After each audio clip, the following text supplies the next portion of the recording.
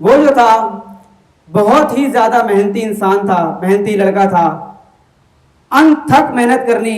लेकिन चूंकि हमारे माशरे में डायरेक्शन नहीं है, ये सब मानते हैं, हमारे बच्चे भी बड़े भी सब मानेंगे कि डायरेक्शन नहीं है, उसके पास भी कोई डायरेक्शन कभी भी नहीं थी।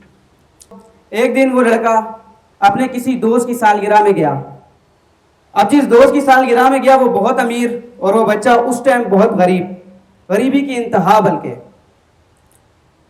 उस शख्स को, जिस शख्स की बर्थडे थी, उसे किसी और दोस्त ने किताब गिफ्ट की, किरण किरण सूरज।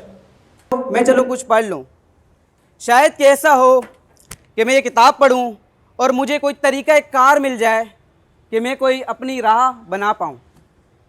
किताब वो ले गए एक दिन के लिए। अब चूंकि ज़बान के बहुत पक्के थे, इस चीज़ पे मैं दोबारा आऊँगा, लेकिन मैं बताऊँगा ये कहलाती है इंटेग्रिटी। आपने ऑनेस्टी तो बहुत सारे लोगों में देखी होगी, दयानतदार हैं, बोल दिया, ज़बान दे दी, करेंगे। एक चीज़ होती है इंटेग्रिटी, जो कि इससे भी ऊपर की चीज़ है। हजूरे वाले, इंटेग्रिटी का मतलब ये नहीं है कि आप दूसरों को दिए हुए कॉल पूरे करते हो, निभाते हो।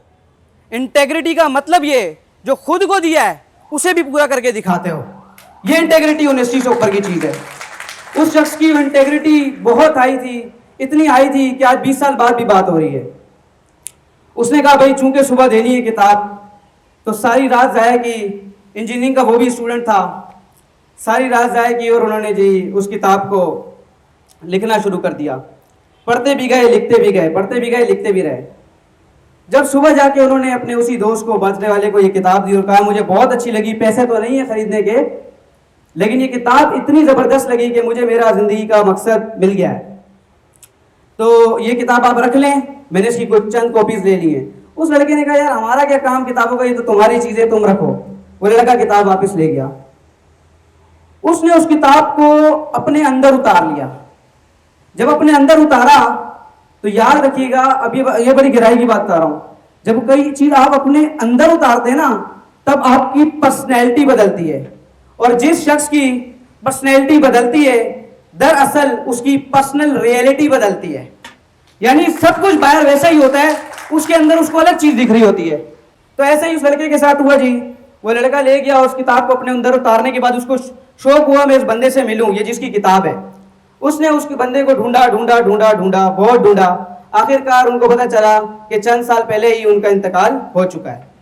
उस लड़के ने कहा कि भाई ये तो बहुत है। फिर उस लड़के ने 10 साल लगाए तकरीबन अपनी जिंदगी के उनकी किताबों को पढ़ने पे, और उनसे जो लोग मिलते थे उनसे भी जाके मिले, जो दाढ़ी बनाता था उससे मिले, जिन्होंने उनकी जाके टीवी ठीक की थी ना कभी, उनसे जाके मिले।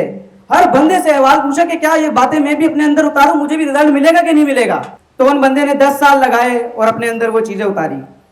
जब ईद का मौका आया, उसी साल जिस साल उन्होंने वो किताब पढ़ी थी, तो घर वालों ने पैसे चंद दिए कि आप जाएं और जाकर अपनी शॉपिंग कर लें।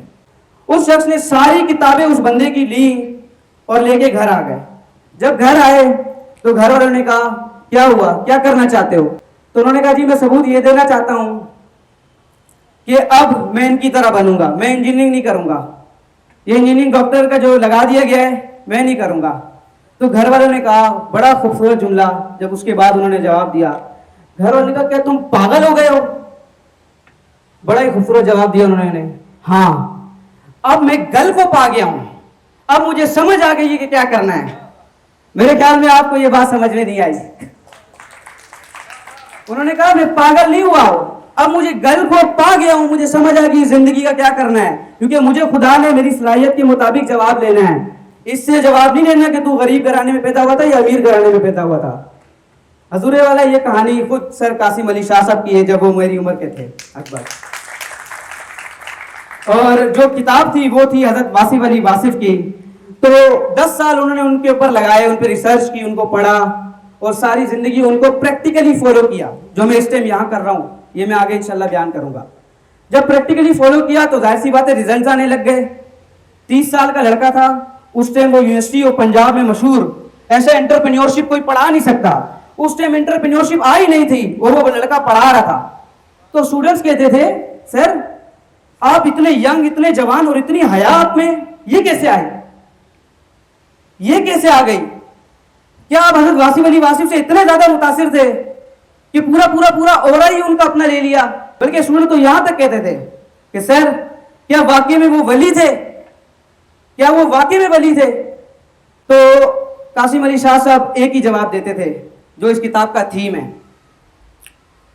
उन्होंने कहा कि जो शख्स मरने के बाद भी आपको अपने इल्म से अल्लाह का बंदा, नबी का इश्क और अली की मस्ती दे दे तो उसे वली नहीं, वली साहस कहते हैं। यानी वो वली नहीं होता, वो जमाने को वली नए दे के जाता है। ये सारी की सारी जो चीजें ये इस किताब का थीम है।